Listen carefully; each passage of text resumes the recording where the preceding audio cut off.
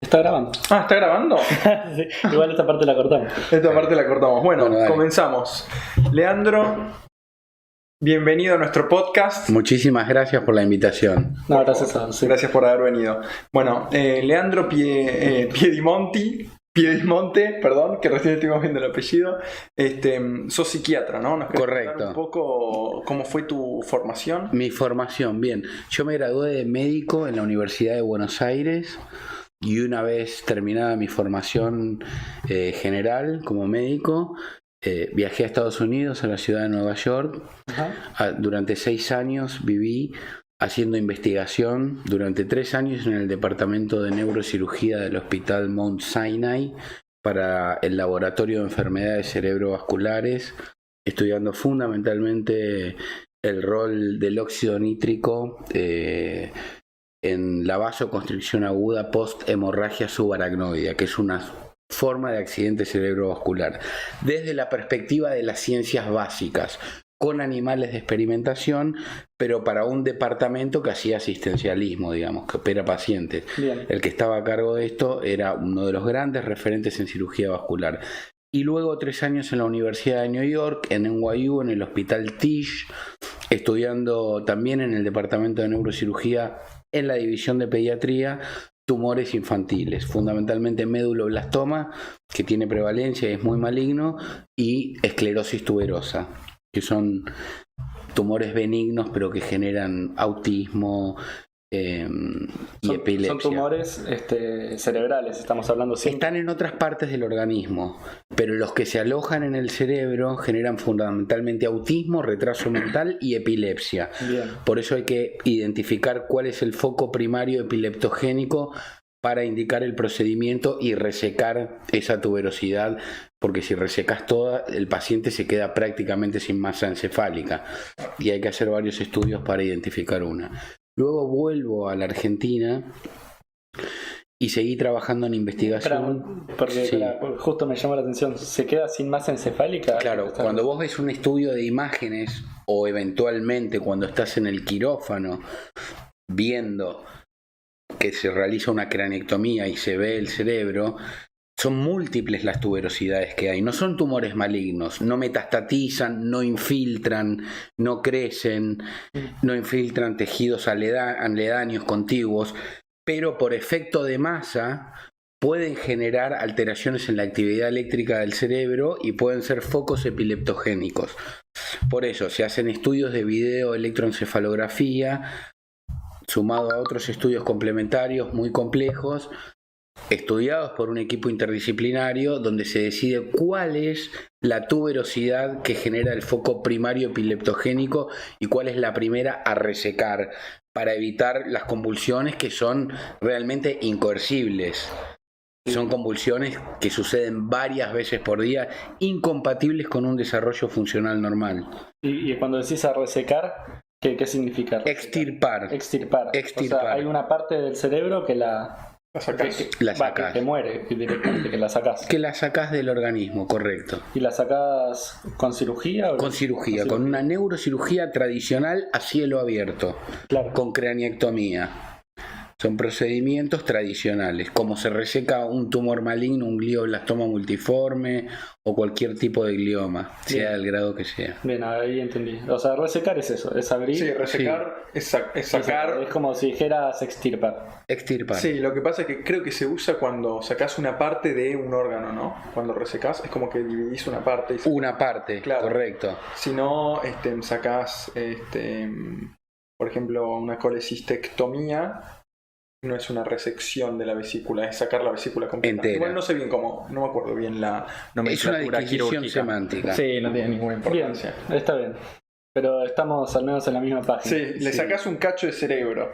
Sí. Eso es otra cosa controversial. De cerebro anormal. De cerebro anormal. Inclusive desde el punto de vista morfológico, no anormal desde lo funcional. Ya directamente en un estudio de imágenes funcionales ves lo aberrante de la histoarquitectura y de la anatomía de esas tuberosidades, digamos.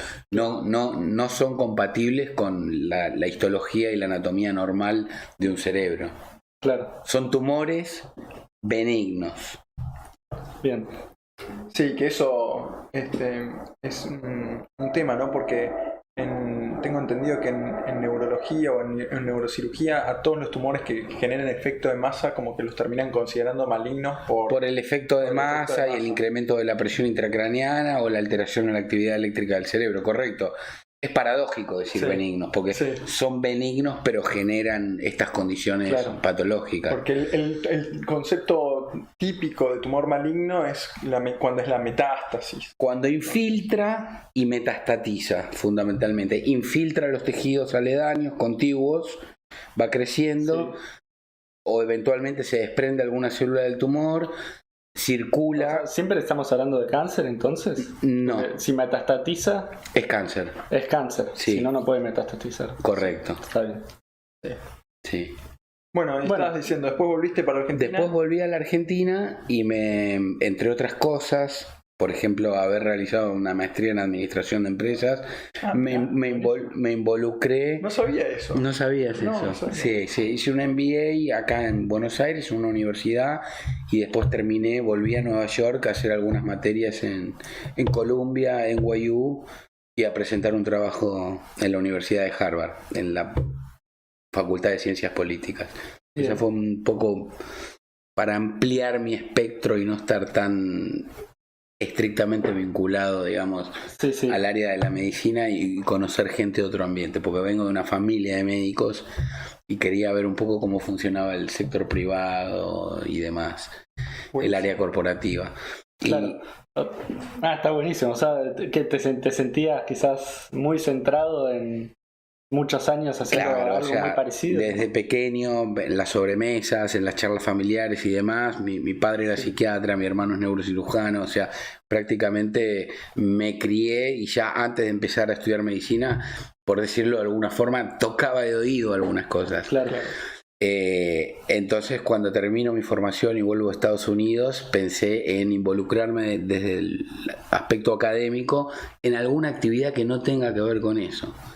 Bien. Y terminé decidiendo esto, a ver cómo funcionaba el ambiente corporativo y conocer otra gente. Ahí tuve la posibilidad de conocer contadores, abogados, administradores de empresas, que era gente con la que yo no estaba acostumbrado a lidiar en el día a día.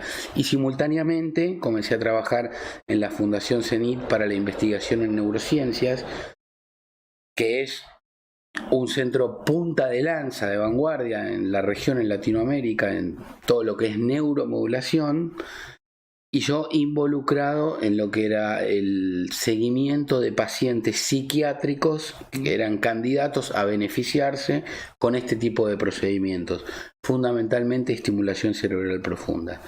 Y las patologías más usualmente abordadas con estas técnicas,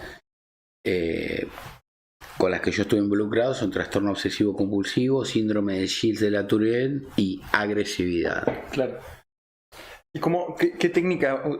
No sabía, ¿hacían neuromodulación para trabajar TOC, o sea, trastorno obsesivo compulsivo, Tourette? Correcto. ¿Y cuál fue el último que dijiste? Agresividad. Y agresividad. Sí. ¿Y cuál era la técnica que hacían? La técnica es la siguiente, a ver, hay un término que estuvo muy difundido en la literatura médica internacional, que es psicocirugía, en inglés psychosurgery. Sí. Hoy por hoy estigmatizado y que está mutando a neurocirugía funcional para trastornos psiquiátricos. Porque en el siglo pasado hubo un uso y abuso de algunas técnicas como las lobotomías. Claro.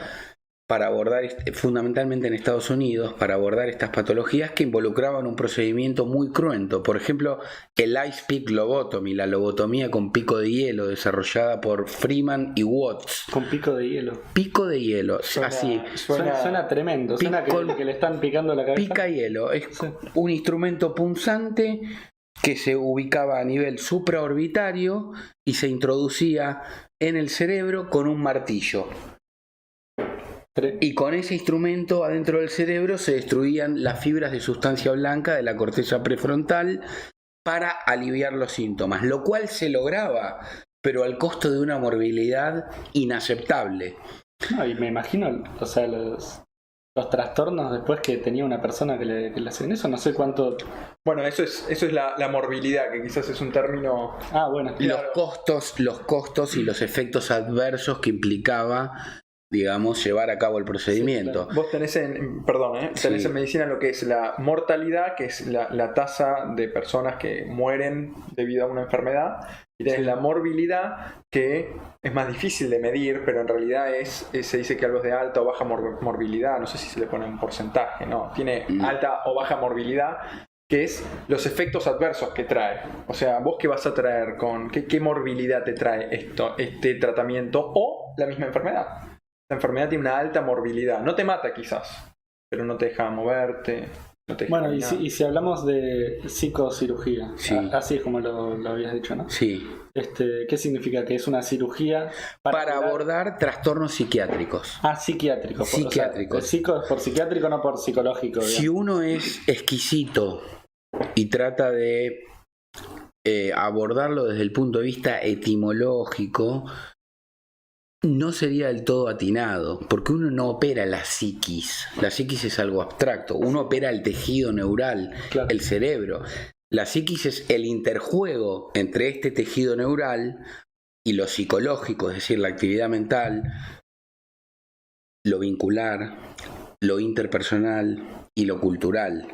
Por lo tanto, operar la psiquis no sería lo más atinado, no sería el término más afortunado, y quedó muy estigmatizado por estas técnicas que fueron altamente difundidas.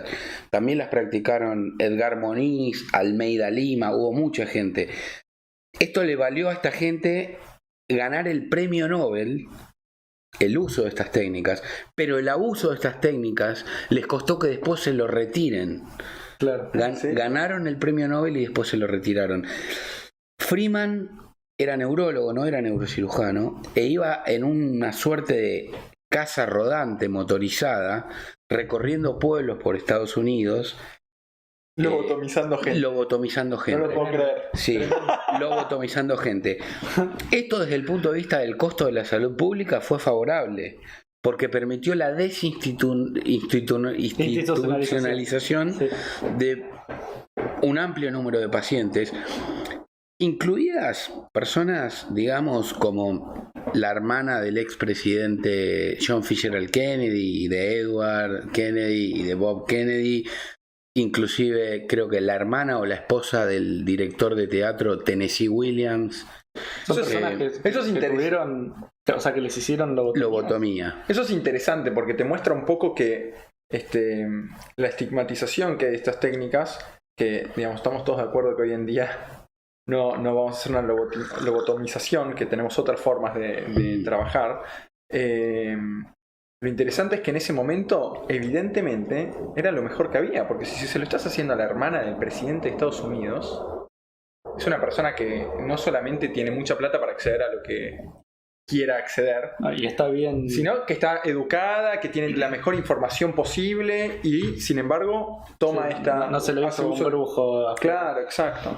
Fueron ampliamente difundidas. Simultáneamente, a mediados del siglo pasado, aparece lo que se llama la neurocirugía estereotáctica, que implica, con el uso de un marco que permite, en base a los 3 planos en el espacio, que en la jerga le llamamos el axial, el coronal y el sagital, y en base a un punto de referencia en el cerebro. Estos 3 cortes yo me lo imagino así, sí. Así. Exacto, y así. ¿No? Y así, claro. Correcto. En base a un punto de referencia en el cerebro, que es un punto imaginario que queda entre 2 estructuras que se llaman comisura blanca anterior y comisura blanca posterior, es decir, el punto intercomisural, se determina en base a este marco cuántos milímetros lateral, cuántos milímetros superior o inferior, o cuántos milímetros anterior o posterior tiene que estar el blanco quirúrgico a abordar. Básicamente es establecer un punto origen, en el espacio. Claro, como si fuese unas coordenadas cartesianas con un origen en el centro del universo y que es el mismo en todas las personas. Exacto. ¿No? Es una convención de ese tipo. Sí. Debería ser el mismo en todas las personas. Hay una variabilidad interindividual. Con el avance de la ciencia, hoy por hoy se usan softwares muy, muy avanzados, estudios de imágenes y hasta inclusive registros neurofisiológicos de la actividad eléctrica para la precisa identificación y localización del blanco quirúrgico y de la trayectoria con la que se va a abordar. Tradicionalmente... Me imagino que también hay, diferencias morfológicas, aunque sean chiquitas, entre los cerebros de muchas personas, ¿no? Correcto. Hay que saber identificar. Correcto. Exactamente. Lo que significa esto en un cerebro es un poquito distinto, un espacio, un punto espacial un poquito distinto en otra. Es muy atinado lo que estás mencionando, Franco, porque hay que tener en cuenta que en el cerebro 2 milímetros son 100 kilómetros. Claro. O sea, una diferencia de 2 milímetros puede marcar desde el punto de vista clínico resultados totalmente diferentes. Claro. Cuando uno va a abordar un área motora y por ahí no realiza una correcta localización del blanco, puede eventualmente llevar a cabo el procedimiento en un área involucrada con lo sensorial, con lo cognitivo, con lo emocional y generar efectos indeseados. Claro. No solamente comprometer la eficacia del procedimiento, sino la seguridad. ¿Qué pasa? Estos métodos originalmente son ablativos. ¿Qué quiere decir ablativos? Que se realizan por medio de una lesión, termolesión, con temperatura. Se descienden los electrodos a la estructura programada, a este punto en el espacio del que acabamos de hablar, sí. Y se lesiona un área que, en teoría, está hiperfuncionando en esta patología. Con la lesión de este área, uno logra el alivio sintomatológico. Perfecto. A partir de fines de la década de los 90, surge lo que se llama la estimulación cerebral profunda o DBS, Deep Brain Stimulation. Hasta este momento era, como decías, con estos electrodos. No, era con lesión. Claro. Uno descendía las cánulas, lesionaba esa estructura, extraía las cánulas. Pero ¿eso significa introducir algo? Introducir algo en el cerebro. Sí, pero no lo dejaban adentro del cerebro. En ese momento era hacer una ablación. Una ablación es cuando rompes algo. Yo me lo imagino, porque estoy tratando de imaginarme, no tengo ni idea de quirúrgica, de cirugía, pero meterán una aguja hasta ese punto y le calientan la aguja de alguna forma. Correcto, el extremo de la aguja, poner una cánula llamamos. Como si tuviese una resistencia en la punta o algo así. Exactamente, es una cánula o como una aguja de tejer, sí, y para que la audiencia lo pueda entender bien. A través de 2 orificios, generalmente los procedimientos son bilaterales, en algunos casos son en un hemisferio cerebral, pero la vasta mayoría son bilaterales. Con 2 orificios en el cráneo, no son craniectomías como para extirpar un tumor o las tuberosidades que hablábamos previamente, simplemente un orificio con un taladro, nada más, claro. Simétrico. Se descienden estas cánulas hasta esa estructura que se programó. Originalmente los cirujanos estaban en el quirófano con una calculadora, un papel y un lápiz, sacando las coordenadas a puño y letra. Hoy eso cambió totalmente. Tremendo, hoy contamos con Qué miedo, ¿no? sistemas informáticos y de registros neurofisiológicos. Tal cual. Sí, no, tremendo. Lo ves al tipo escribiendo, me olvidé de restar una, dice el chavo. Sí, te queda todo torcido. Y a partir de la década de los 90 surge lo que se llama la estimulación cerebral profunda. Es decir, en lugar de lesionar, uno modula. Puede modular con una estimulación eléctrica continua. Uno, esas cánulas que baja, las deja implantadas. En sus extremos tienen polos, son usualmente cuadripolares o tetrapolares, es decir, son 4 polos que uno puede elegir cuáles de ellos van a estar activados según la estructura que quiere estimular, y estimula esa estructura que previamente se lesionaba, pero a partir de estas técnicas se decide modularlas. ¿Por qué? Porque obviamente es mucho más seguro, es ajustable, porque uno puede programar los parámetros de estimulación como el voltaje, el ancho de pulso, la frecuencia o los contactos a ser activados, y es reversible. Uno puede extraerlo eventualmente por algún motivo. Claro, o sea, esto no está lastimando el cerebro, está estimulándolo nada más. La lesión sí lastima. La lesión lastima, digamos, lesiona. Vas a entrar. O sea, vos entraste, hiciste un agujero por el cerebro, llegaste a un punto y pusiste unos fierritos de metal. Y eso te ocupa un lugar en el cerebro y mataste neuronas y todo. Pero no hay una punta caliente. No hay una punta caliente destruyendo una parte del cerebro. De hecho, si uno realiza un estudio de imágenes estructurales post procedimiento, en los métodos ablativos, claramente se puede vislumbrar la estructura lesionada. Claro. Cuando uno introduce las cánulas de estimulación cerebral profunda, los electrodos, no se genera esa lesión. Sí, lo que se ve es los primeros días, lo que se llama el efecto de microlesión, que es un edema perilesional que por ahí per se genera algún efecto terapéutico antes de iniciar la actividad eléctrica, pero que remite con los días porque el edema cede. Estos electrodos van conectados a un generador de pulso, que no es otra cosa que un marcapasos cardíaco. De hecho, lo manufacturan las mismas empresas que manufacturan estos dispositivos para cardiología, y son programables y ajustables y fundamentalmente reversibles, lo que la lesión no es. Lo que es importante también destacar, que el otro día lo hablábamos con Nicolás, es que la estimulación eléctrica de una estructura neural implica su inhibición funcional. Por eso el término estimulación es paradójico también.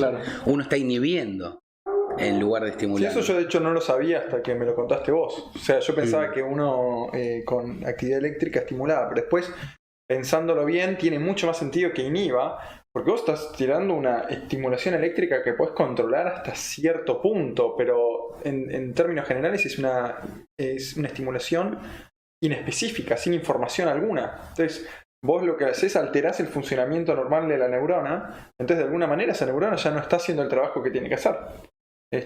Ahora, lo que me contabas también es que podías, como por ejemplo para el Parkinson, se podían poner pulsos, por ejemplo, ¿no? Como ejemplo, que podés modular, activar, inactivar, y puedes hacer todo este tipo de controles específicos para... Depende del trastorno que tengas. Sí, fundamentalmente hay parámetros preestablecidos para cada patología y para cada blanco quirúrgico, porque para cada patología existen distintos blancos, estructuras, digamos. Por ejemplo, en Parkinson, los clásicos son el núcleo subtalámico o el globo pálido interno, de acuerdo al predominio de las manifestaciones sintomatológicas. Si predomina el temblor, la lentitud en los movimientos o la rigidez, el equipo interdisciplinario determina cuál es la estructura a estimular, digamos, donde deben ser implantados los electrodos. Respecto a la lesión que decías vos del tejido neural, es verdad, uno está introduciendo un artefacto a través del parénquima cerebral, del tejido cerebral, pero por eso la programación de la trayectoria es tan importante, para no ingresar afectando principalmente ningún vaso sanguíneo que podría provocar una hemorragia o ninguna estructura vital.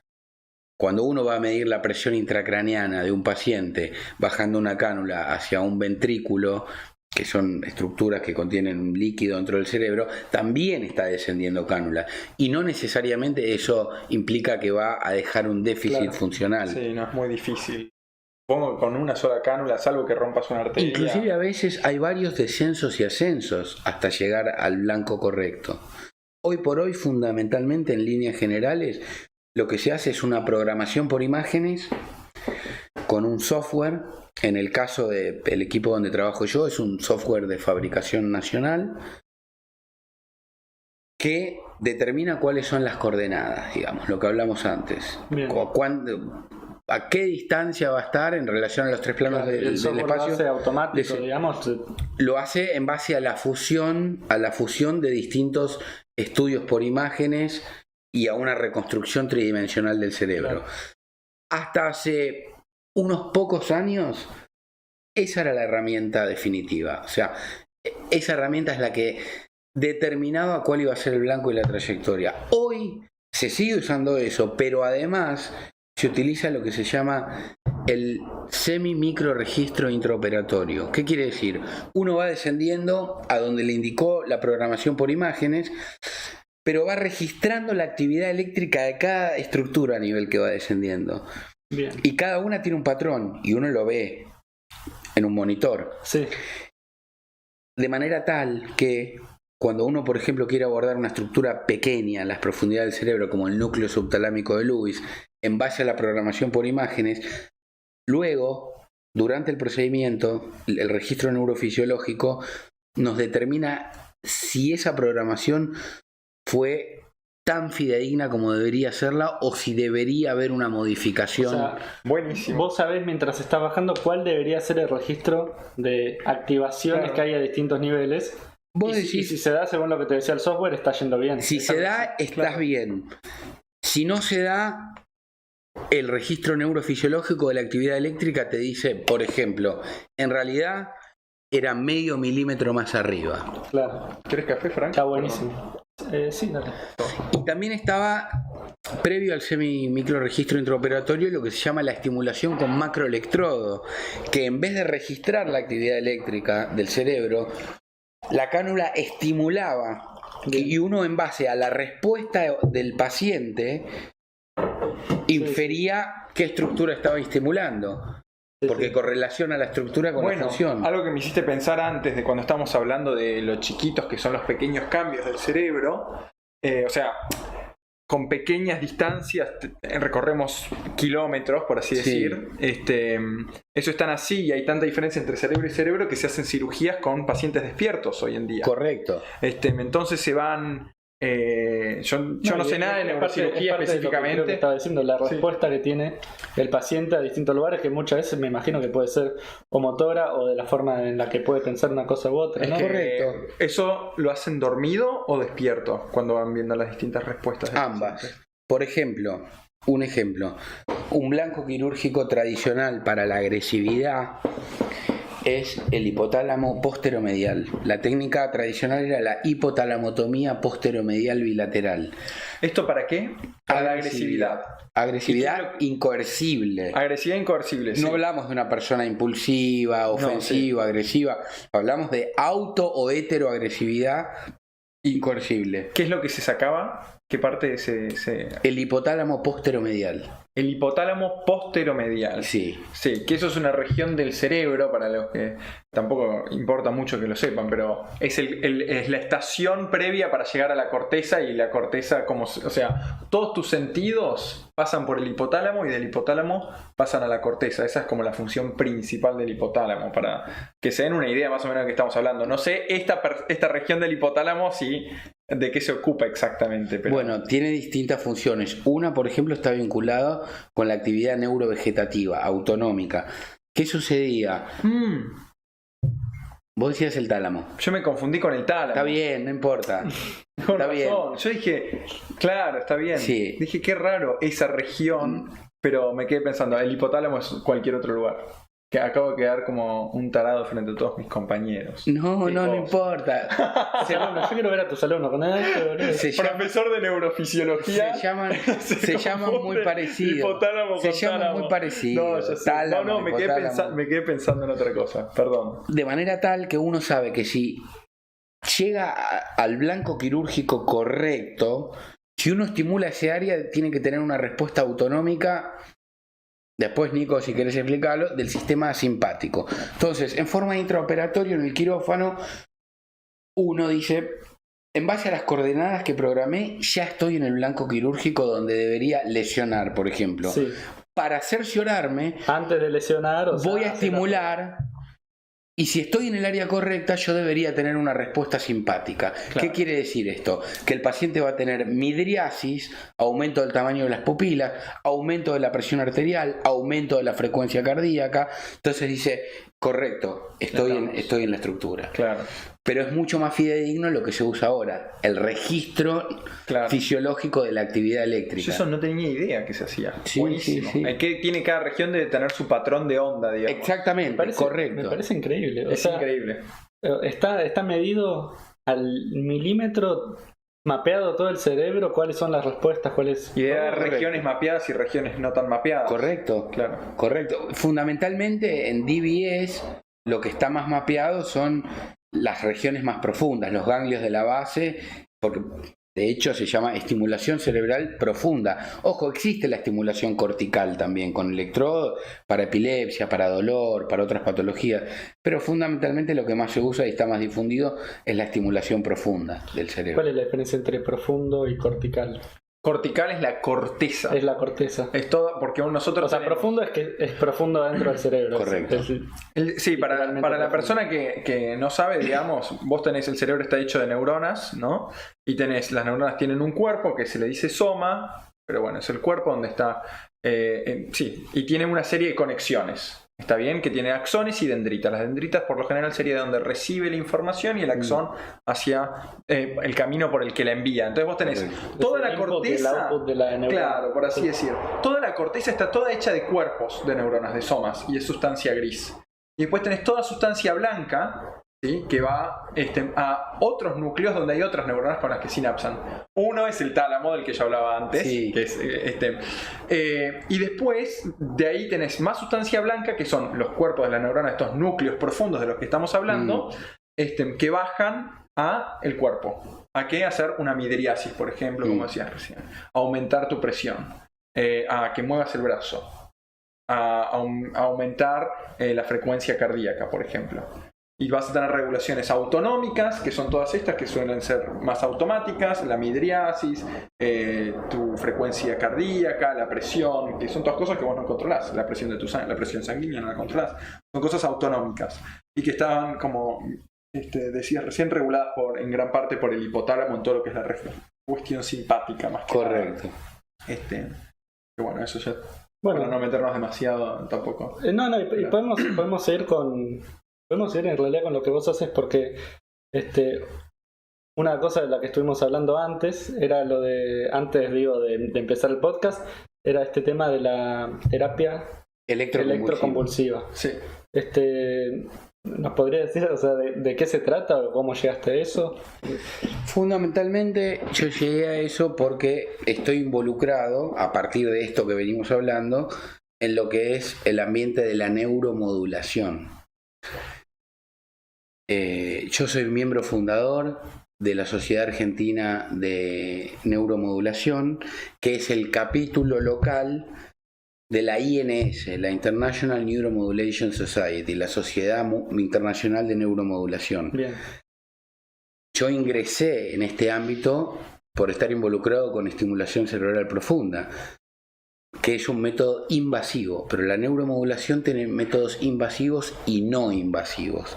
Los invasivos son justamente aquellos de los que acabamos de hablar. Estamos hablando. Los no invasivos serían, para lo que a mí me incumbe, que son las patologías psiquiátricas y también en neurología, la terapia electroconvulsiva, donde también se usa electricidad, un método que ha demostrado seguridad y eficacia desde el año 1930, con muchísima evidencia irrefutable, categórica, y últimamente la estimulación magnética transcranial, que en vez de utilizar como agente físico a la estimulación eléctrica, utiliza ondas magnéticas. Bien. Que tiene obviamente menos cantidad de indicaciones y está en investigación actualmente para nuevas indicaciones. Perfecto. Pero muy prometedora. Que uno de los problemas que tiene es que es mucho más cara, ¿o no?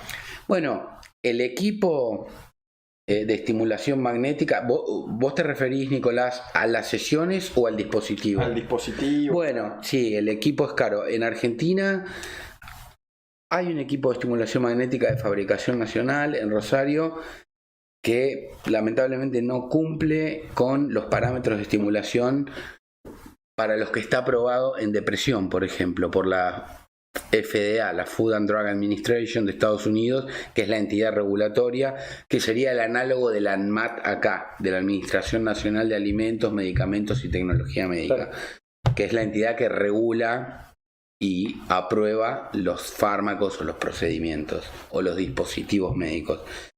La terapia electroconvulsiva tiene ya varias indicaciones. En psiquiatría son fundamentalmente 4, que son la manía aguda, la depresión, el trastorno esquizoafectivo y la esquizofrenia. A eso quería ir porque es una cosa que me parece que quedó poco clara de lo que estábamos hablando incluso antes de la terapia electroconvulsiva, es precisamente para qué tipo de afecciones sirve la estimulación, ¿cómo se llama? Profunda, la terapia electroconvulsiva.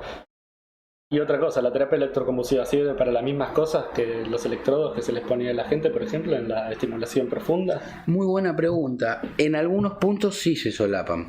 Por ejemplo, estimulación cerebral profunda, una de las indicaciones, digamos, con las que hay más experiencia, que los resultados son irrefutables, contundentes, es la enfermedad de Parkinson, el temblor esencial, las distonías, sobre todo las familiares, las hereditarias, las generalizadas, porque hay distonías focales de una parte del organismo producto... Distonía es una alteración en el tono del muscular, sí, correcto, sí, del tejido muscular, en el tono, lo que produce, digamos, aberraciones en la postura, en la marcha, que pueden llevar a tortícolis, a incompatibilidad con una funcionalidad normal y que no responden a medicación. Y con estos procedimientos realmente los cambios son asombrosos, al punto tal que a veces los familiares cuando ven al paciente post procedimiento se caen al piso y se ponen a llorar porque no lo pueden creer. No pueden creer que pasó 30 años doblado y de golpe... Sí, estaría muy bueno poner después mostrar ahí algún video o linkear, porque sí, yo vi videos pre y post, pero es instantáneo, porque lo interesante es que lo pueden prender y apagar en el momento. Entonces tenés el tipo con Parkinson, ¿no? Que está con el temblor en cuentamonedas, como dicen, porque está así y no puede caminar, va con la marcha así, arrastrando los pies, ¿no? Y de repente le prenden el aparato, agarra las cosas, empieza los movimientos cuando quiere, los termina cuando quiere, deja de temblar. Es impresionante. Una cosa que nos decías... Pero se prende y se apaga. ¿Qué es lo que estás prendiendo y apagando? El generador de pulso. Que va Esta persona tiene el electrodo. Tiene electrodos. Electrodo implantado en el cerebro, que va conectado a un cable que va en forma subcutánea por abajo de la piel. Ni lo es. No se ve, conectado a un generador de pulso que no es otra cosa que un marcapaso cardíaco, sí, que suele estar ubicado a la altura de la clavícula, en forma subcutánea. Y que son chiquitos. Sí, son pequeños. Son mucho más pequeños que un teléfono celular. Te diría que son de 5 por 5 centímetros, claro, aproximadamente. Es un cubito, sí, chato. Y son programables en forma remota, inalámbrica, sin la necesidad de punzar. Claro. Actualmente, digo, hemos pasado por varias etapas, sí, pero actualmente. Y son recargables también en forma remota. No obstante, los métodos ablativos se siguen usando actualmente. ¿Para qué? ¿Para epilepsia? No, por ejemplo, depende también de otros factores, no solo de la patología. Estos implantes requieren controles. Los pacientes tienen que, con cierta frecuencia, recurrir al centro a ajustar los parámetros de estimulación, a recargar la batería, a controlar que no haya una infección y demás. ¿Qué pasa con pacientes, sobre todo en nuestro medio? Tal vez en países más avanzados es distinto. ¿Qué pasa en nuestros pacientes, en nuestro medio, con pacientes que viven en zonas rurales o inclusive pacientes que son indigentes y uno no tiene la certeza que van a cumplir esos controles. Sí, claro. Uno cree que por ahí es más prudente realizar una lesión bien hecha y no correr el riesgo de dejar un dispositivo implantado. Les debe haber hecho ruido a un paciente indigente. Hay un programa que se llama Programa Provincial de Neuromodulación, que depende del Ministerio de Salud de la provincia de Buenos Aires, que provee a la gente que no tiene ni prepaga ni obra social con este tipo de procedimientos. Bien, son procedimientos igual que están muy bien probados, ¿no? Hace muchos años, como dijiste, sí. Hay evidencia de la época, desde la década del 30. No, eso era de la terapia electroconvulsiva. La electroconvulsiva. Sí, que era la pregunta que me habías hecho vos y me habías preguntado si se solapaban las indicaciones. La respuesta es sí. La respuesta es sí. De hecho, hemos abordado este tópico en un simposio que estuvimos con Nicolás esta semana, en el que se planteó, por ejemplo, para depresión están indicados tanto la terapia electroconvulsiva como ahora hay una línea de investigación cada vez más creciente sobre estimulación cerebral profunda para depresión, estimulando una estructura que se llama corteza subgenual o área 25, que ya hay un número importante de ensayos bien diseñados metodológicamente, controlados, randomizados, que está demostrando mucha eficacia y seguridad, en algunos casos bien seleccionados. Claro. Porque, o sea, yo creo, ¿no? Cuando cualquiera piensa en depresión, me imagino que la mayoría piensa no en algo que neurológicamente o esté funcionando mal o se pueda controlar, sino están pensando en algo de vas al psicólogo, ¿no? Sí. Sí, yo quería decir, de hecho con eso quería decir una cosa, como quería hacer esta aclaración. Yo ya conozco un poco el tema y de hecho por eso te invité, pero me puedo poner un poco en abogado del diablo para aumentar el interés del tema este, que es que quizás a nadie le sorprende mucho que para el Parkinson se estimule una región del cerebro y la haga funcionar y esté todo bien. Pero si nosotros hablamos, por ejemplo, te hago estimular una región del cerebro para que sea feliz, la gente dice, eso ya es medio raro. A la gente ya le genera, viste, como una cierta impresión. Y además acá... una alarmita, viste, algo así, me imagino que a muchas personas le puede pasar. Entonces... Pero porque son cosas con las que la gente no tiende a pensar que hay algo mal en tu cabeza. Hay algo mal en la forma en la que estás pensando y te olvidas del cerebro. Claro, exactamente. Como que la gente separa la psiquis del cerebro a un punto que no estaría no sería muy adecuado. Me pareció muy interesante lo que dijiste, porque no dijiste para no sufrir de ideas de ruina, de culpa, de desesperanza y de deseo de morir, sino para que seas feliz. Lo traté de poner de la manera más rara. Me hizo acordar algo, porque muy recientemente, los días 5, 6 y 7 de diciembre, se llevó a cabo en Mendoza una cumbre latinoamericana de neuromodulación donde se reunieron los máximos referentes latinoamericanos y se invitaron también grandes profesionales de otros países, no de nuestra región, como Nueva Zelanda, Bélgica, Estados Unidos y demás, donde se abordaron todas estas temáticas. Canadá. Y uno de las disertaciones fue tal vez uno de los más importantes referentes en este área, el que más publicaciones científicas tiene, que es el doctor Andrés Lozano de Toronto, Canadá, que está estudiando justamente estimulación cerebral profunda de un área, de una estructura del cerebro que se llama fornix para enfermedad de Alzheimer. ¿Y él qué está viendo? ¿Qué vio primero en animales de experimentación y qué está viendo en seres humanos? Obviamente cambios en la performance, lo observable, pero también cambios biológicos desde el punto de vista estructural del tejido neural, como incremento de la proliferación celular, incremento de las conexiones sinápticas, mayor arborización dendrítica, como comentaba Nicolás recién, las dendritas. ¿A partir de qué? De la estimulación eléctrica crónica. Cuando uno implanta los electrodos, la estimulación es continua. Es distinto que el TEC o la estimulación magnética, que son sesiones.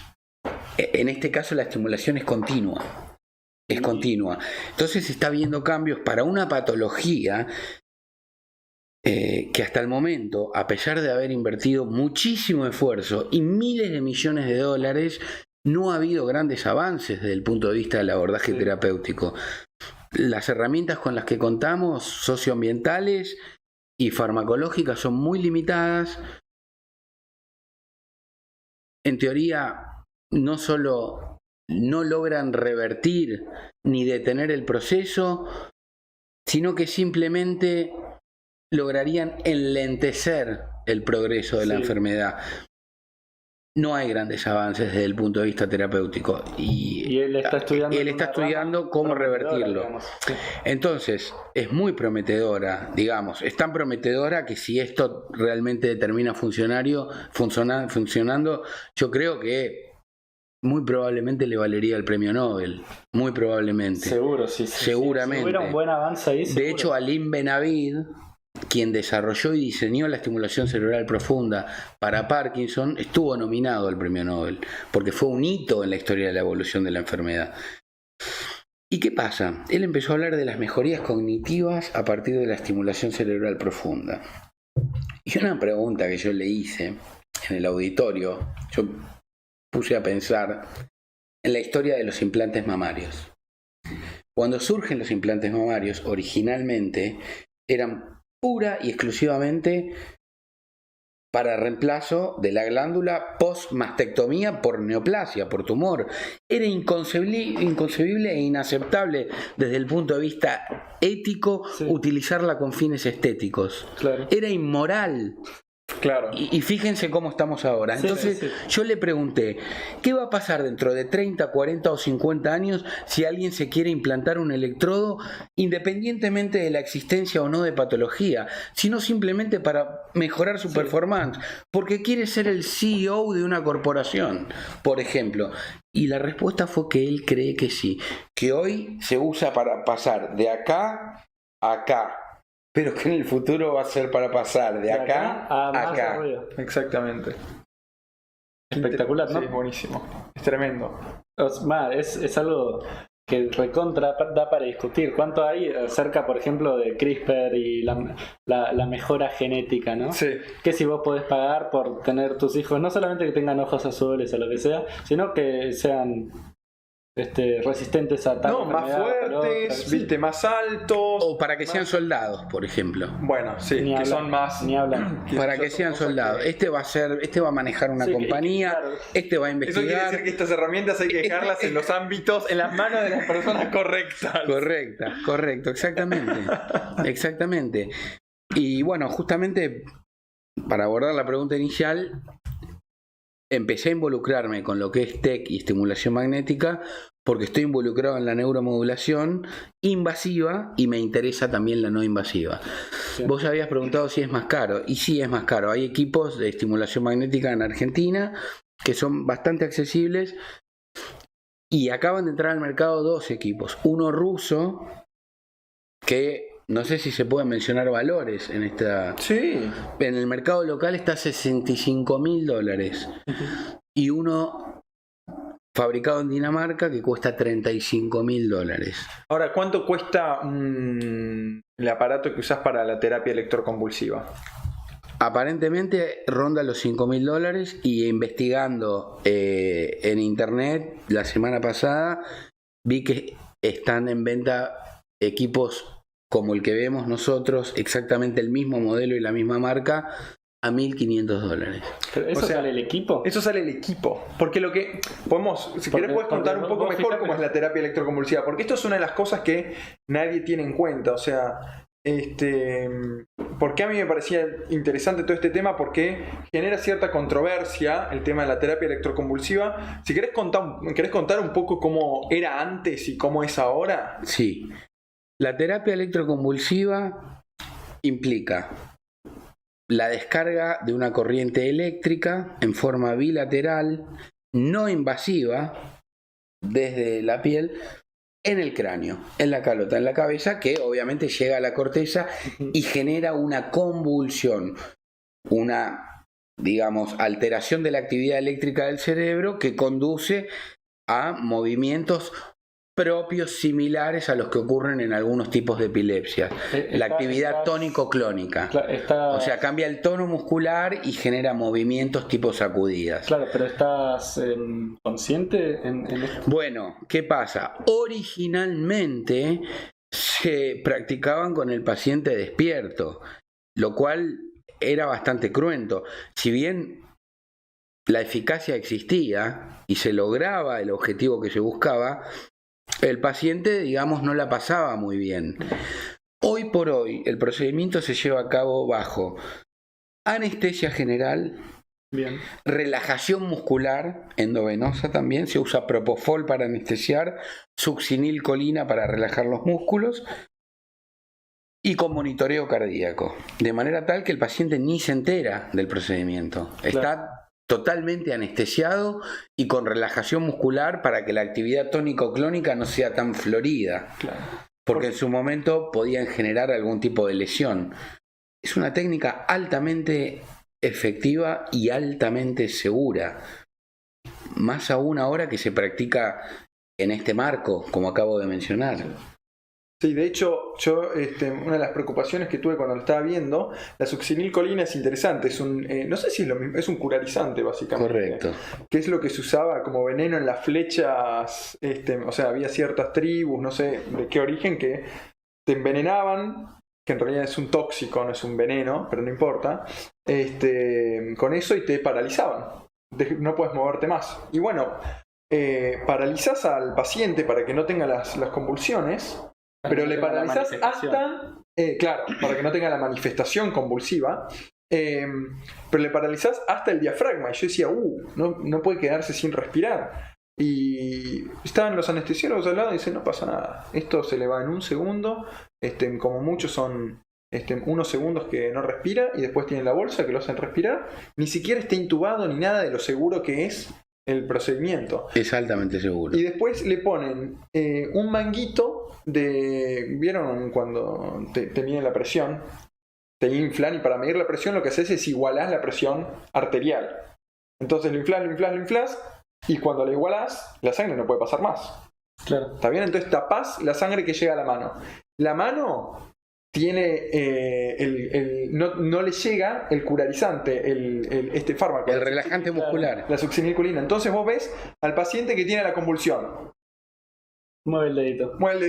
Y yo decía, ¿esa es la convulsión? Si no, tiene un relajante muscular. Y yo, no le pasa nada. ¿Va?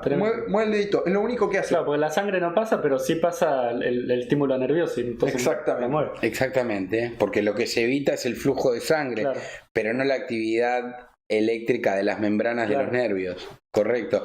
Por eso, lamentablemente, por cuestiones no científicas, sino de corte netamente ideológico, hoy este procedimiento tan seguro y eficaz que salva vidas, sí, y evita suicidios, está muy cuestionado. ¿Vos sabés qué porcentaje de efectividad tiene en depresión mayor, más o menos? Porcentaje de efectividad. Sí. Los chicos la otra vez me hablan de un 80% más o menos. Yo acá vi unos estudios, pero no llegué a como un número conclusivo porque en todos lados es un poquito distinto. ¿80% de mejoría sintomatológica o 80% de pacientes que responden? No les pregunté exactamente, pero debe ser... Yo lo que vi acá en el paper, yo lo que vi era la respuesta. Yo ahora, esto que decías de que por razones ideológicas, yo me puse a buscar un poco la situación de nuestra realidad jurídica que regula todo este tipo de tratamientos, que es una de las razones por las que me parece más interesante esto, porque parece que hay controversia de un tratamiento que es extremadamente seguro y que funciona perfectamente bien. Y yo incluso traté de hablar con otros expertos al respecto para invitarlos y me dijeron, no sé si quiero hablar, qué sé yo, déjame pensarlo. Yo dije, pucha, esto es algo aceptado científicamente y tiene... cuestionamientos de corte netamente ideológico. Tiene miedo de hablar este hombre. ¿Cómo puede ser que alguien tenga miedo de hablar de esto? Y porque, bueno, yo lo viví en la facultad de psicología. Yo me acuerdo en facultad de psicología me decían cosas por el estilo de que estas eran prácticas que se remitían a tiempos de tortura en la Argentina, por ejemplo. Bueno, y uno decía, tratan de analogar estos métodos terapéuticos que han mostrado eficacia y seguridad durante décadas, ya casi 100 años, con los métodos de tortura que se han aplicado en algunas dictaduras militares o en algunos regímenes altamente autoritarios, lo cual es muy desatinado, desafortunado e infeliz desde mi punto de vista, porque no, estoy completamente de acuerdo. Claramente, digamos, uno con ese criterio debería prohibir el desfibrilador cardíaco, claro, para revertir un paro, porque también usa electricidad.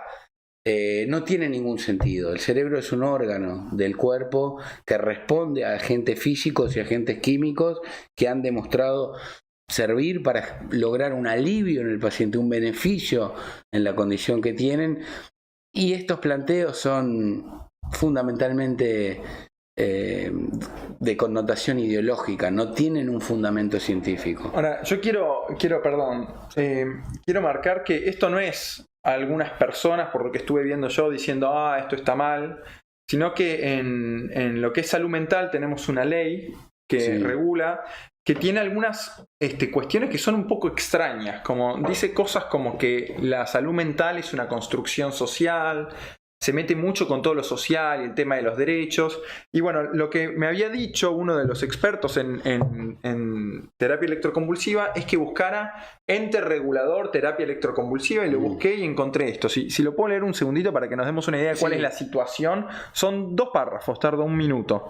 Dice: la política pública en salud mental considerada de avanzada en términos de respeto de derechos y de mayores grados de eficiencia y eficacia terapéutica se basa en estos modelos de atención comunitaria que tienen como eje organizacional y estructural la red de servicios de salud mental con base en la comunidad. Las estrategias, o sea, ya se mete con cuestiones medio como, bueno, nos basamos en la comunidad, que es algo medio abstracto, ¿de qué estás hablando? O sea, que ese es el eje, no el individuo, parecería. Bueno, ya hay cosas ahí medio raras, pero bueno. Las estrategias y prácticas que surgen de estas modalidades intentan eliminar todo método que pudiera resultar invasivo, restrictivo y o de vulneración de derechos, en conciencia de que el empleo de alguna práctica que pudiera implicar aquel carácter debe ser sustituida por otra que represente menor grado de restricción. Y dice último: por lo tanto, a la luz de los avances expuestos, dada la significación y las múltiples controversias que rodean la práctica del electroshock en la actualidad, y teniendo en cuenta que aquellos países y regiones que cuentan con sistemas de salud mental comunitaria, está todo en mayúsculas, sistema de salud mental con comunitaria como un concepto, con meta en la inclusión social, han prescindido del choque eléctrico, o bien que su utilización se encuentra en proceso de eliminación. Es que a criterio del órgano de revisión resulta necesario formular las siguientes consideraciones. Y ahí pasa a explicar toda una serie de consideraciones. O sea, vemos algo, yo te pregunto, o sea, estamos viendo algo que a mí me están argumentando, que acá hay una cuestión de que esto no genera o inclusión social o que no se enfoca en lo comunitario, o que parecería que genera controversias, por ejemplo, y que por eso o que, fíjate cuáles eran las razones, ¿no? Resulta invasivo, restrictivo o vulneración de derechos, ¿no? Invasiva es la práctica. Bueno, un bypass coronario es una práctica invasiva, habría que prohibirlo también con este criterio. ¿No? Restrictivo, a ver, ¿a qué se refiere restrictivo? ¿A la internación psiquiátrica? A ver, todos sabemos que de una internación se sale, de la muerte no. Eso es claro. Si uno internando a un paciente evita un suicidio, creo que es costo eficiente la decisión. Y cuando menciona ahí de reemplazarlo por prácticas menos restrictivas, está mencionando una obviedad. Obviamente que uno va siempre de lo menos restrictivo a lo más restrictivo. Cuando leí pensé lo mismo. Eso es obvio. No hay que aclararlo. No hay que aclararlo. Un paciente con una depresión leve que es candidato a beneficiarse con psicoterapia no va a ser candidato quizás ni farmacoterapia. Ni farmacoterapia. Y desde el punto de vista de, a ver, la restricción de las libertades y demás, o la internación voluntaria o no voluntaria, a veces uno inclusive tiene que plantearse la internación no solamente para evitar un suicidio, por ejemplo. el simple hecho de mejorar la evolución de un cuadro ya es un motivo razonable y suficiente para que un paciente transcurra un tratamiento temporalmente en un ambiente controlado. Claro, que es lo que se hace en toda la salud, ¿no? Sí, no, y es una herramienta más que se tiene. Obviamente hay que saber cuándo vale la pena aplicar esa herramienta u otra, dependiendo del cuadro, pero no significa que hay que eliminar toda posibilidad de terapia con cualquier cosa que tenga que ver con electricidad, ¿viste? Porque para eso llegamos al ejemplo que vos diste, el desfibrilador. Sí, tal cual. No lo vas a dejar de usar por eso. Vos me ibas a preguntar algo de esto, de cuando, no sé qué me ibas a preguntar, pero me imaginé, no sé si lo llegué a aclarar, que quién escribió esto. Esto es el ente regulador. Sí, lo llegaste a aclarar, pero justamente quería que lo vuelvas a decir porque quería saber. Claro, esto, ¿cómo es la ley de salud mental? Es una cosa, si vos quizás entre los dos la podemos reconstruir, sí. No sé cuán bien. La ley de salud mental se redacta en el año 2010 sin involucrar a ninguna sociedad médica, lo cual es altamente llamativo. Ninguna de las sociedades que agrupan a los psiquiatras argentinos participaron en la confección y en la redacción de esta ley. Eso significa que lo hicieron psicólogos. Todos psicólogos. Que lo hicieron psicólogos. Yo me acuerdo en la facultad de psicología estaban chochos los psicólogos. Y lo hicieron psicólogos que justamente no se dedican al asistencialismo y a tratar pacientes, sino que están más involucrados en hacer política. Que fue aprobada a libro cerrado en ambas cámaras, no fue debatida. Que hubo un arreglo para votar esa ley a cambio de votar por la ley 125 de las retenciones al campo. En otras palabras, no es una ley que haya sido promulgada en forma adecuada. Fue una ley promulgada científica, o sea, ni siquiera promulgada de forma moral quizás en el ámbito jurídico, pero claramente no fue de forma científica, que es lo que más me preocupa a mí.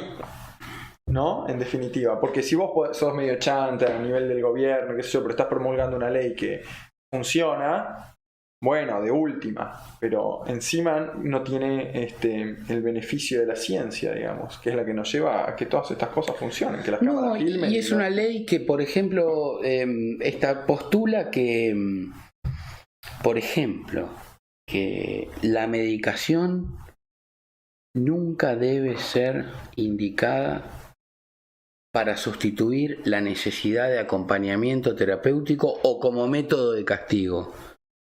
¿Y quién dijo que alguna vez debe ser utilizada para eso? De castigo, no se puede creer. ¿Quién dijo que alguna vez debe ser utilizada para eso? A ver, uno no puede negar que en la historia de la psiquiatría, como de la arquitectura y del derecho y de la ingeniería, debe haber gente que hace las cosas mal. Debe haber algún psiquiatra, pero no es el espíritu de la psiquiatría reemplazar el acompañamiento terapéutico con psicofármacos ni utilizarlos para castigar al paciente. Además, perdón, ¿puedo decir algo? Si el paciente quiere no hacer terapia, psicoterapia, y él quiere darse un fármaco, y esto lo escucho muchas veces, yo no tengo ganas de estar ahí charlando ni haciendo nada, tengo ganas de darme una pastilla y listo. Puedo decir, bueno, es irresponsable, pero si el paciente tiene libertad de elegir su tratamiento, es un derecho del paciente. Claramente, es la autonomía del paciente, es que hoy por hoy prevalece sobre el paternalismo médico que reinó durante mucho tiempo. Y fundamentalmente, bueno, también está la cuestión de que estamos en un país que, si no me equivoco, es el que tiene más psicólogos per cápita. Sí, había escuchado. Y sí, en Argentina somos 6.000 psiquiatras y 170.000 psicólogos, aproximadamente. Números más, números menos. Sí. Con lo cual, digamos, desde el punto de vista científico, los psiquiatras estamos tratando de demostrar que hacemos las cosas bien, que tenemos evidencia científica de la seguridad, de la efectividad de estos métodos. Y por otro lado, algunos colegios de psicólogos, no digo todos, pero un gran número de psicólogos tienen un peso que no va por el lado de lo científico, sino más bien de lo político. O sea, menos ciencia, pero más peso político, más lobby. Y han logrado cosas como aprobar esta ley, que hoy es muy cuestionada, genera mucha controversia en el ambiente, no solamente en los puntos que estuvimos mencionando, sino en muchos otros puntos, como por ejemplo, cómo está conformado el equipo interdisciplinario de salud mental. Estipula, entre otras cosas, esta ley que una internación tiene que ser firmada por un psiquiatra o un psicólogo. Claro. Como que el psicólogo tiene la formación necesaria, o sea, una persona que hizo una carrera de 5 o 6 años la está equiparando con alguien que hizo 6 años de medicina más un posgrado de 5 años más con residencia más una subespecialidad. Estamos hablando de 14, 15 años de formación. No, y especialización además con una tendencia mucho más científica, ¿viste? En la que hay menos opiniones variadas y ramas, ¿viste? Ahora, o sea, algo con mucho más consenso también. Por otro lado, también postula que los psicólogos pueden ser los jefes de los servicios de psicopatología, cuando sabemos que muchos cuadros psicopatológicos están vinculados a alteraciones hormonales, por ejemplo, a neoplasias, a cuestiones probadamente biológicas, que los psicólogos no tienen formación en ese área. Está bien, algunos extremistas pueden decir, es como que un kinesiólogo sea jefe del servicio de traumatología, o un técnico en óptica del de oftalmología, o una obstetra del de obstetricia, una técnica en obstetra. Sin desmerecer a la psicología, que es una carrera realmente interesantísima y que ha hecho grandes aportes a la sociedad y a la humanidad. Lamentablemente en nuestro medio, la currícula de la carrera de psicología está muy sesgada. Eso es lo que yo quería aclarar. Está muy sesgada. Eso es lo que pasa, porque la situación en la que está psicología, yo habiendo cursado la carrera, el conflicto de ciencia no va contra los psiquiatras o contra la medicina. Se habla mucho del modelo médico hegemónico, etcétera, pero va contra toda forma de psicología, incluso, no de medicina, ¿no? Científica. Nosotros tenemos en la Facultad de Psicología lo que mucha gente piensa que es un psicólogo, te dicen, bueno, es un psicólogo, es psicoanalista, te dicen.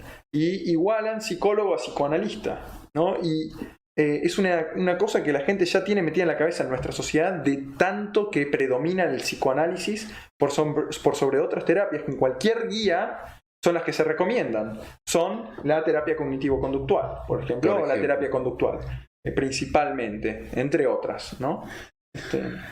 Entonces, perdón, lo que quería decir es, todo este lobby de psicólogos no es un problema de la psicología. Es un problema de un grupo de psicólogos, porque esto no pasa en todos los países.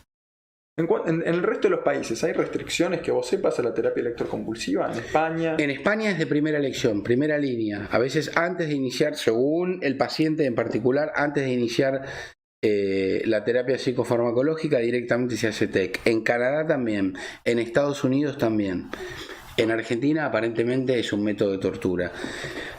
Vos, Nicolás, lo viviste en primera persona, cursaste psicología, no tengo nada que explicarte. ¿Nos podrías ilustrar sobre cómo es estudiar psicología en Argentina?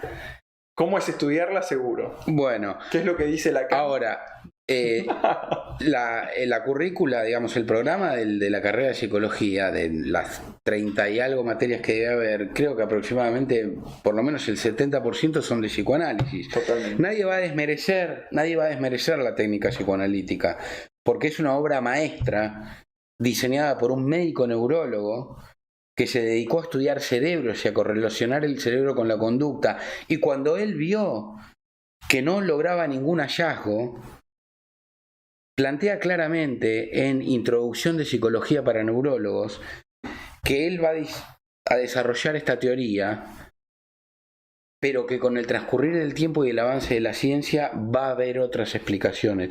Yo creo que hoy Sigmund Freud estaría haciendo estimulación cerebral profunda o mirando estudios de imágenes funcionales. Totalmente. Pero totalmente. De hecho, le empezó haciendo los cortes de Charcot y qué sé yo, y cuando vio que no lograba nada, se empezó a meter ahí con la psicología y tampoco tuvo demasiados resultados. Y el propio Juan Carlos Goldar, un eximio psiquiatra argentino, postula que el psicoanálisis no es una psicología, sino una biología redactada en términos psicológicos. Claro. Yo nunca había escuchado eso, o sea, de que el psicoanálisis había nacido como si fuese una teoría por ahora, hasta que lleguemos con la explicación científica. Bueno, más Freud lo dice. Sí, en introducción. Perfectamente. Lo que pasa es que tampoco lo conozco. De hecho, a mí una de las cosas que me molesta de Freud es que creo que no sé exactamente cuándo escribió ese tratado, al principio de su obra, al principio, antes de 1900. Después él, más adelante, él como que tiene toda esta obra que serán 40 años y la trata de defender un poco y llega a puntos en los que abandona ese espíritu científico que tiene y tiene más una tendencia a decir como, o sea, empieza a defender saliéndose de los argumentos científicos a todo el psicoanálisis, ¿no? Porque bueno, es su obra y es entendible que alguien quiera defenderla. La obra de Freud es una obra magistral, marcó un punto de inflexión en la historia de la humanidad. Dicen que hay 3 grandes heridas narcisistas en la humanidad. La teoría de Darwin, de que, digamos, de dónde descendemos. La teoría de Galileo y Copérnico, de que no somos el centro de nada, sino que giramos alrededor de otras cosas. Y la teoría de Freud, que dice que no somos totalmente dueños de nuestros actos, sino que estamos dominados por nuestro inconsciente. O sea, narcisistas en el sentido de que no somos el centro ni dueños del centro, no que nos vuelven el centro. Claro. Sí, tremendo, o sea, 3 teorías que... La obra de Freud es magistral, no solamente desde el punto de vista del contenido, sino de la redacción. Le valió el premio Goethe, es una exquisita obra literal. Pero ¿qué es lo cuestionable? Que está desarrollada en un formato de series de casos. No hay una metodología científica sometida a un rigor estadístico. Son series de, corregime si me equivoco, Nicolás, pero en total, caso Dora, caso Juanito y demás, si vos contás todos, ¿serán 30 casos toda su obra? No, creo que son menos. O menos de 30 casos. Los documentados. O sea, yo tenía entendido que estaban por los 9 u 11. 9 u 11, bueno. Ponele que sean 30. Ponele que sean 30. Igual, estadísticamente es no significativo. Sí. No solo es no significativo, por trastorno, ¿cuántos tiene? Sí. Porque vos haces un estudio. Un montón de claro, o sea, no es que tiene 30 del mismo trastorno. Y vos decís, bueno, Freud de la histeria habló, pero mira, tiene 30 casos documentados de arriba abajo. Quizás acá hay algo y siempre pasó lo mismo. Quizás hubiera sacado algo un poco más, un patrón un poco más fuerte.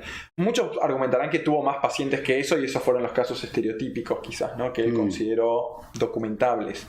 No sé exactamente bien cuál fue la casuística que manejó Freud en total, pero tenemos en cuenta que esos casos que él redactó y que escribió son todos de cosas distintas. O sea, no son 300 personas con depresión mayor, a las que a todas les hicieron exactamente la misma terapia, o a la mitad le hicieron una terapia y a la otra le hicieron un placebo y vieron que había una respuesta más grande de esta otra terapia. Metodológicamente y desde el punto de vista científico realmente no tiene resultados contundentes ni data que vos digas que desde el punto de vista del diseño es fidedigna o estadísticamente significativo. Obviamente que tiene algunos planteos magistrales. Uno lee Más allá del principio del placer, El malestar en la cultura, Psicología de las masas, El yo y el ello, y son obras magistrales.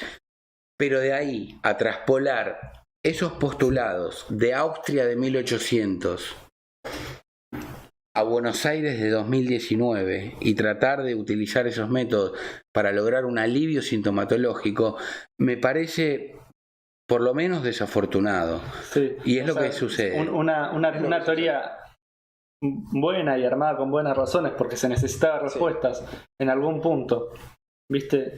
Pero que no la hayan dejado avanzar y que sigan refiriendo a eso, a pesar de todos los avances que hubo científicos o incluso psicológicos de otras ramas y todo, es como... ¿Qué onda? Claro, es que además, ¿de dónde salieron las terapias nuevas? De psicoanalistas. Porque la ciencia tiene un desarrollo normalmente. Vos empezás con una cosa... Sí, el tipo pone el punto de partida. Aaron Beck, que cada vez que o sea, puso el punto de partida y cada vez que se avanza, hay alguien que te dice, no, pero volvamos atrás, el punto de partida era este. Claro. Te dijo, bueno, no salís más de ahí. Exactamente, sí, no puedes escaparte nunca de eso. Y es como Aaron Beck, cuando hace el cognitivismo, él era psicoanalista y veía que no estaba teniendo resultados y empezó a hacer... una terapia nueva, y de ahí salió todo el conductismo con Watson y qué sé yo, y se empezaron a combinar y tenemos tratamientos que son muy, muy efectivos. Correcto, exactamente. Lo que dice Nicolás es correcto. Todas las técnicas psicoterapéuticas, o por lo menos la vasta mayoría, prácticamente la totalidad, surgen del psicoanálisis. Son psicoanalistas que se dieron cuenta que la herramienta con la que contaban era limitada para lograr un alivio y que siendo modificada se podrían lograr objetivos más concretos, bien estipulados, a corto y mediano plazo, para lograr un beneficio en el paciente que padece. Y ahí surgen otras técnicas que son más estandarizables y medibles y que pueden ser sometidas a rigor estadístico y que pueden demostrar eficacia, como la terapia cognitivo-conductual, que ha demostrado altísima eficacia, por ejemplo, en el trastorno obsesivo-compulsivo. Es la terapia de elección, desde el punto de vista psicoterapéutico, más allá de la farmacoterapia o de los métodos de neuromodulación. El trastorno de ansiedad. En los trastornos de ansiedad. De hecho, el psicoanálisis no solamente no sería eficaz, sino que podría ser contraproducente en algunos casos. Un paciente con ideas recurrentes, parásitas, invasivas o rumiación, y ni hablar si son de contenido sexual, sentado en un diván, dándole cuerda libre y rienda suelta a estas ideas, puede terminar perjudicado, aún peor de lo que está. Puedo hacer una aclaración con eso. ¿Cuál es el problema de la rumiación? Vos tenés una persona que quiere resolver algún problema, y empieza a pensar, digamos, básicamente, y dice, che, yo tengo este problema, tengo esta idea intrusiva, quizás que pasa algo más en el ámbito obsesivo, y trata de resolverla todo el tiempo, pero de una manera absolutamente ineficiente. No lleva ningún resultado y se queda pensando, y no hace ninguna actividad para... Eso es la rumiación. Eso es la rumiación. Volver siempre sobre el problema. Exactamente, rumia sobre el problema. No sé cómo se conjuga el verbo. Rumia, supongo. Que viene de las vacas, que tienen en realidad de los rumiantes, no de las vacas. Que son los que están masticando. Mastican, tragan, vomitan y vuelven a masticar. De ahí viene, ¿no? Nunca resuelven el problema. Y el problema base de esa gente es la rumiación en sí misma. Ahora imagínate que yo te mando con un psicoanalista y te digo, ahora todos tus problemas tienen una causa secundaria que es el inconsciente. Claro, te multipliqué literalmente por 2. Te dio mecha para seguir pensando. Te multipliqué por 2 los problemas. Sí. En un segundo. Correctamente. Y además, en lugar de implementar una de las estrategias de la terapia cognitivo-conductual, que es la técnica de reversión de hábitos, de revertir esa rumiación, justamente el psicoanálisis le da rienda suelta a eso. El paciente sale prendido fuego, se lo puede incendiar en un diván a un paciente con TOC. La otra vez escuchaba uno que decía, vuelvo llorando de todas las terapias. La peor terapia del mundo. No me acuerdo quién me lo contó. Pero hace unos días. No digas el nombre. No voy a decir el nombre, pero para armarme, para generar un poco más de realidad sobre el personaje. Sí. Que no quede solamente con esa anécdota. Pero alguien me decía, yo estaba en esta terapia y volvía llorando de cada terapia. Yo decía, no lo puedo creer. No me acuerdo. ¿Pero te lo decía bien o te lo decía mal? Es que no me acuerdo del contexto. Me acuerdo de eso que me habían contado. Es más, no sé si estaba con vos cuando lo dijeron. ¿Puede ser? No recuerdo. No, está bien. No, entonces llegar a ser. A veces la memoria escuché tantas historias de gente con terapia psicoanalítica que, dicho sea de paso, esto para el psicoanalista que nos escuche, no es que todo el psicoanálisis no funciona para nada. Tiene sus indicaciones. La terapia psicodinámica que está modificada tiene sus indicaciones para depresión. Hubo un caso que motivó un reproche judicial, una demanda de un paciente con TOC que fue... ¿Querés agua, Leandro? Dale, por favor. Atendido por un médico psicoanalista durante 10 u 11 años, sin ningún tipo de mejora sintomatológica, bajo ningún punto de vista. Sí. Él tenía rituales al punto que cuando viajaba a Mar del Plata y estaba a la altura de Atalaya, ¿conocen Atalaya? Sí. Volvía a su casa en Buenos Aires a chequear si estaba la llave de gas cerrada tremendo. O la cerradura cerrada correctamente. Tremendo. Bueno, ¿qué pasa? En un momento, luego de una década de tratamiento, de invertir mucho tiempo y dinero y de padecer la dolencia, hace una interconsulta.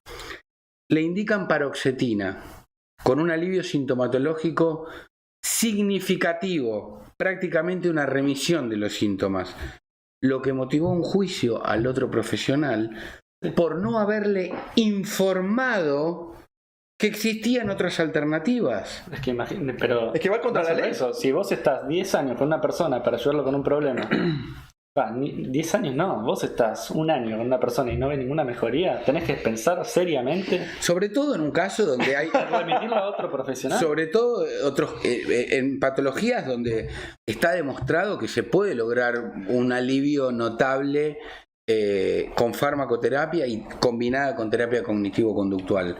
En esos casos, digamos, no informarle al paciente que tiene esa opción y someterlo a un tratamiento psicoanalítico durante 10 años es una mala praxis. Pero completamente. Y una cosa que hay que destacar es que vos traes este caso que es súper extremo, pero es el caso común de tanta gente, el hecho de estar mucho tiempo por un problema con el mismo profesional. Y a mí me pasó hace muy poquito, estaba hablando con una amiga.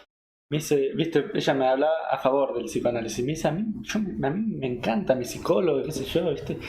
Y yo le digo, ¿por qué vas al psicólogo? No, porque corté con mi novio y entré en una depresión, qué sé yo. ¿Y eso hace cuánto tiempo fue? Me dice, hace 2 años. Yo digo, ¿lo ves hace una vez por semana, hace 2 años? ¿Porque cortaste con tu novio? Y sí, me dice. Y yo era como, ¿te ayudó? Bueno, Franco, ¿Tan bueno es? Bueno, Franco, en la década de los 70 y de los 80, en Buenos Aires, en Argentina, había un dicho que era Vox Populi, algo así como todo el mundo necesita psicoanálisis. Sí. Eso existe hoy en día en psicología. En psicología se enseña eso. Y si no pagás no sirve. Y si no pagás no sirve. Y si no pagás, o sea, todos no sirve. Todos lo necesitan. Todos lo necesitan. Es que es tremendo. Todos lo necesitan y si no pagás no sirve. Bueno, obviamente había otros intereses más allá de aliviar el sufrimiento. No, vos no sabés cuáles son los verdaderos tratamientos para la gente. No, ¿cómo vas a decir que Freud tenía otros intereses?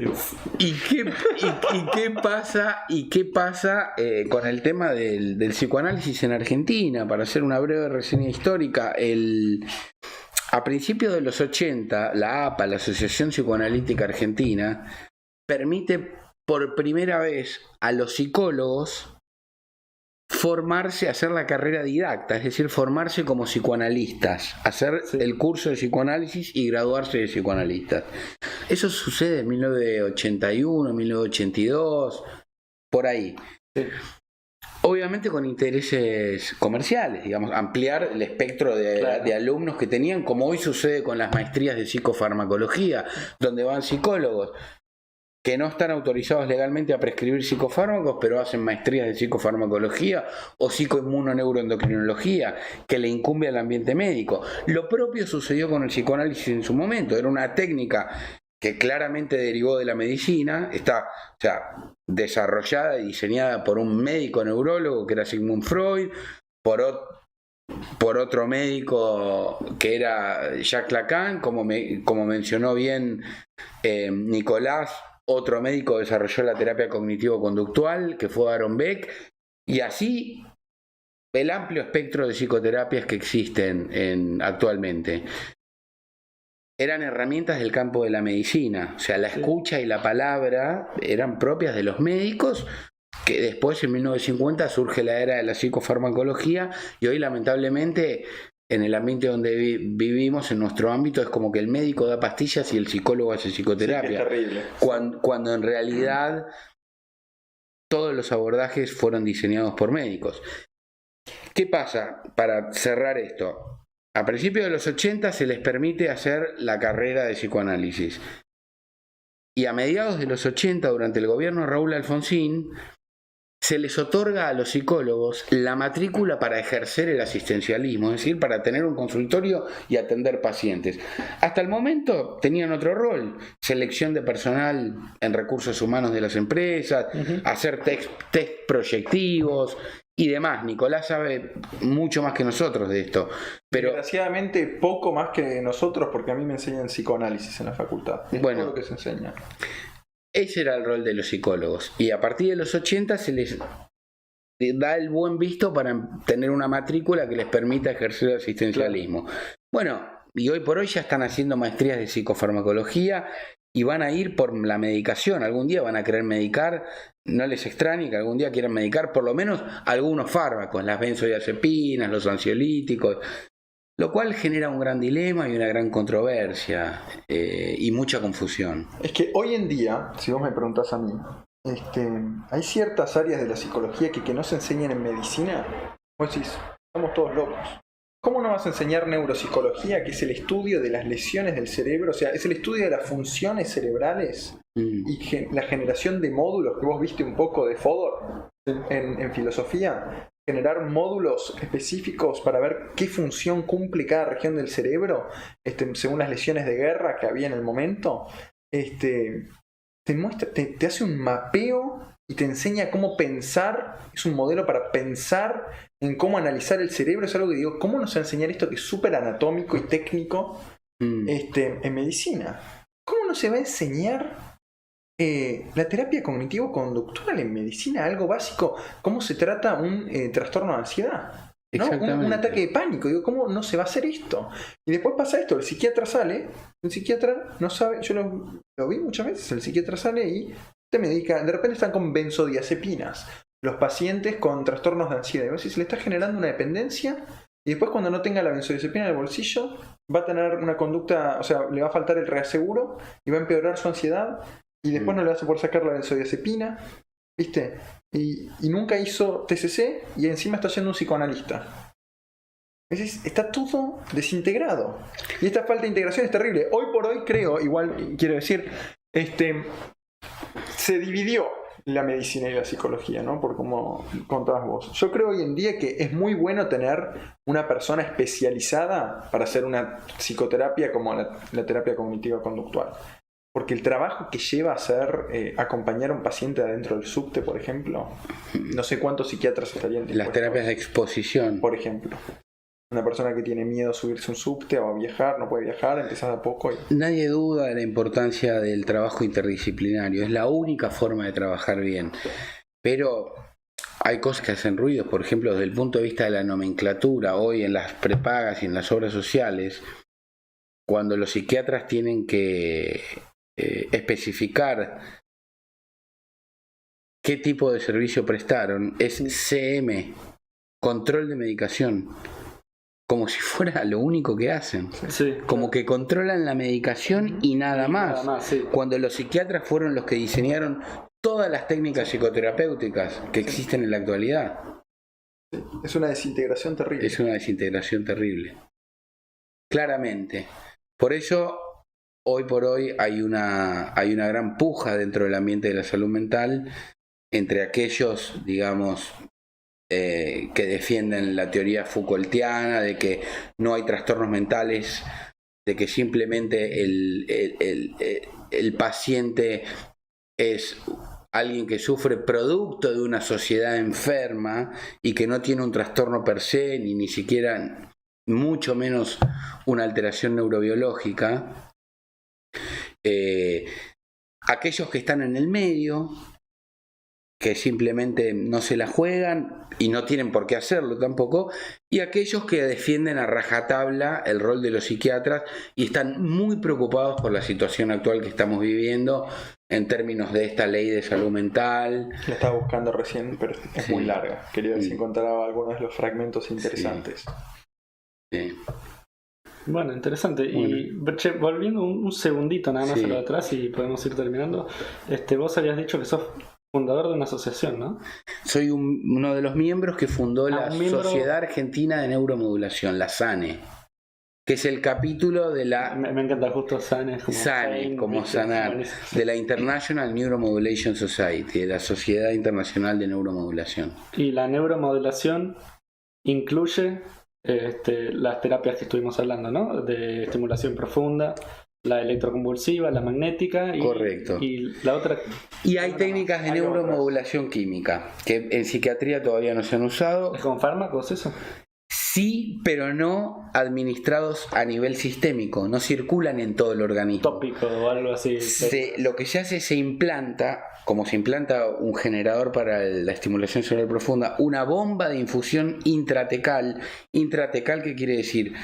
Que solamente libera el fármaco en el líquido cefalorraquídeo, que es un líquido que protege al sistema nervioso, con lo cual uno logra altísimas concentraciones de un fármaco en contacto con el cerebro, con el tejido nervioso, sin alcanzar concentraciones sistémicas altas y evitando su circulación a nivel sistémico y los efectos adversos que podría generar. ¿Y eso se inyectará quizás en la médula o...? Sí. Se inyecta, o sea, es en el líquido cefalorraquídeo. Nosotros tenemos el cerebro, que es una masa gelatinosa que está flotando adentro del cráneo en un líquido. El cráneo está lleno de líquido y este líquido va por todas distintas cisternas y cámaras que se llaman... Pero es en el líquido en el que está flotando el cerebro. Gracias.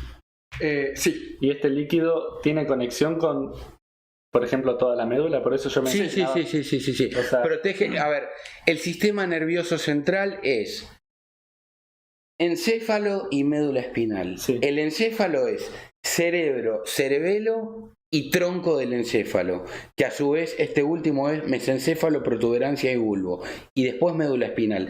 Todo eso es el sistema nervioso central. Perfecto. Que está de alguna forma, para decirlo sencillamente para la audiencia, amortiguado por el líquido cefalorraquídeo. Claro. Es el que lo amortigua, el que lo protege, entre otras funciones, ¿no? Tiene un montón de funciones del equilibrio hidroelectrolítico y demás, pero no vamos a entrar en profundidad en esto. Entonces se administran fármacos directamente en ese líquido para tener efectos sobre el sistema nervioso central sin alcanzar concentraciones sistémicas altas. Esto se usa fundamentalmente para dolor, por ejemplo con morfina u otro tipo de opioides, y para espasticidad se usa mucho el baclofeno también, que es otro fármaco. Y por último, otra técnica de neuromodulación invasiva es la estimulación medular crónica, la estimulación de la médula espinal, sí, que se usa para dolor fundamentalmente, casos de dolor refractario que no respondieron a muchos fármacos y que son candidatos a beneficiarse con un dispositivo en la médula en contacto con la médula espinal o con las membranas que la cubren para estimularla en forma continua y crónica y aliviar, digamos, el dolor. Sí. ¿Puedo hacer una reflexión más sobre todas estas técnicas? Estaba pensando una cosa que no aclaramos y que creo que no la aclaraste a propósito. Vos decías, porque después dijiste que ni hace falta decir que uno empieza escalonadamente la mayor parte de estos tratamientos. O sea, vos tenés una depresión y primero vas a probar psicoterapia, después psicoterapia con fármacos, o primero fármacos y después fármacos con psicoterapia, después vas a probar un nuevo esquema y si no funciona un nuevo esquema más, y por último terminás en muchas de estas técnicas. Que es verdad que hasta se está cuestionando hoy en día si no sería mejor empezar directamente con esas técnicas, ¿no? Me parece que yo creo que gran parte del cuestionamiento moral o intuitivo que tiene la gente de estas cosas, que creo que sienten que un problema como estar deprimido es más un problema de índole espiritual, ¿no? Como que deberían poder resolverlo ellos en su vida y deberían mejorar su vida. Y estaría toda esta idea de que si uno quizás le pone electricidad en el cerebro, estamos metidos medio como en, ¿cómo se llama? 2049, la película Blade Runner. Blade Runner, la de Harrison Ford. Sí, que él en el libro, la de Harrison Ford, el libro sí, lo cuenta mejor, que tienen esta maquinita que les regula el ánimo a las personas. ¿Te acordás? No recuerdo eso. Bueno, al principio del libro le empieza que se discute con la mujer y le dice a la mujer: deja de ponerte en el ánimo depresivo. La mujer está todo el día como adicta a estar deprimida, ¿viste? Y él se pone el ánimo perfecto para ir a hacer su trabajo y qué sé yo. Entonces, Y se lo pone siempre como una cuestión medio distópica, esta idea de, yo no leí Un Mundo Feliz, pero tengo entendido que... De Aldous Huxley. Sí, que también están todos con fármacos mantenidos, viste, en el nivel perfecto. Y yo entiendo que hay cierto cuestionamiento, pero hay que entender, creo, que los pacientes que, por ejemplo, nosotros vimos que se les administra esta terapia, son pacientes que probaron todo. Todo. Proban todo. Y vos tenés un tipo deprimido, destruido, sí, y llega y sigue así, catatónicos a veces que están quietos así. Y vos decís este hombre, esta mujer necesita como sea una respuesta. Algo. Y la familia, si empieza a responder, y ellos mismos, es una cosa que beneficia muchísimo. Entonces yo creo que lo importante acá, ¿no? Entre todas las cosas que marcaste vos en realidad para poder decir lo que estoy diciendo ahora, es que si vos incluso criticás y decís, ¿cómo vamos a estar manipulando los cerebros de las personas así como si fueran un robot? Cuando vos estás hablando de prohibir una terapia, que es lo que está hablando el organismo de revisión, de prohibirla, estás dejando a gente que no tiene alternativa. Estás dejando a gente que no tiene alternativa fuera de toda posibilidad de volver a disfrutar en su vida. Respecto a eso de manipular el cerebro, a ver, yo creo eso me interesa. Que nosotros, claramente mi postura, y creo que debe ser la de cualquier hombre de ciencia o cualquier hombre formado en medicina, es que la psiquis, o si quieren llamarle el alma, sí, está almacenada en el cerebro. Sí. Es producto de las reacciones químicas, no solamente. Es un interjuego, como mencioné previamente, entre lo biológico, lo psicológico, lo vincular, lo interpersonal y lo cultural. Eso es la psiquis. Como bien postula el profesor Albano, que lo vimos disertar el otro día, el cerebro es un órgano complejo por la cantidad de conexiones que tiene. Digamos, hablábamos de la complejidad del genoma, que son 20.000 genes, y se ha descifrado y se está avanzando cada vez más. El conectoma, que es lo que se está estudiando ahora, es decir, la cantidad de conexiones que hay en el cerebro, es muchísimo más compleja que el genoma. Son miles de millones de conexiones. Por eso es complejo. Es dinámico porque está en constante evolución, a diferencia de lo que se pensaba hacía 20 años, que ya el cerebro de un adulto era rígido y estático. Hoy se sabe que está sujeto a modificaciones en cuanto a lo que es la conectividad, inclusive la proliferación celular y demás. Y es abierto porque está en constante interacción con el medio. Y lo que sucede a nivel biológico tiene un impacto sociocultural, una interacción, y viceversa. El entorno puede generar modificaciones neuroplásticas por mecanismos epigenéticos, que no vamos a entrar en detalles, a nivel biológico. Con lo cual, abordando el cerebro, uno está de alguna forma abordando también la psiquis, sí, o el alma, o el espíritu, claro, como quieran llamarlo. Está dentro de ese enorme círculo de interrelaciones, sí, de lo que vos decías, correctamente. ¿no? O sea, tu cerebro, el ambiente, la sociedad, uno con un proceso psicoterapéutico genera cambios que tienen su correlación a nivel biológico. Y uno abordando directamente lo biológico puede generar cambios en la conducta, en las emociones o en las cogniciones. Claramente, no hay que cerrar, digamos, ninguna de las herramientas que tenemos para condicionar el bienestar de una persona. Exactamente. Sea el cerebro, sea tratamientos más a nivel social, sea lo que sea. ¿Entendés? Vamos a atacar los problemas por todos los lugares que exactamente. Están interrelacionados. Es complejo, dinámico y abierto. Sí. Sí, totalmente. Perfecto.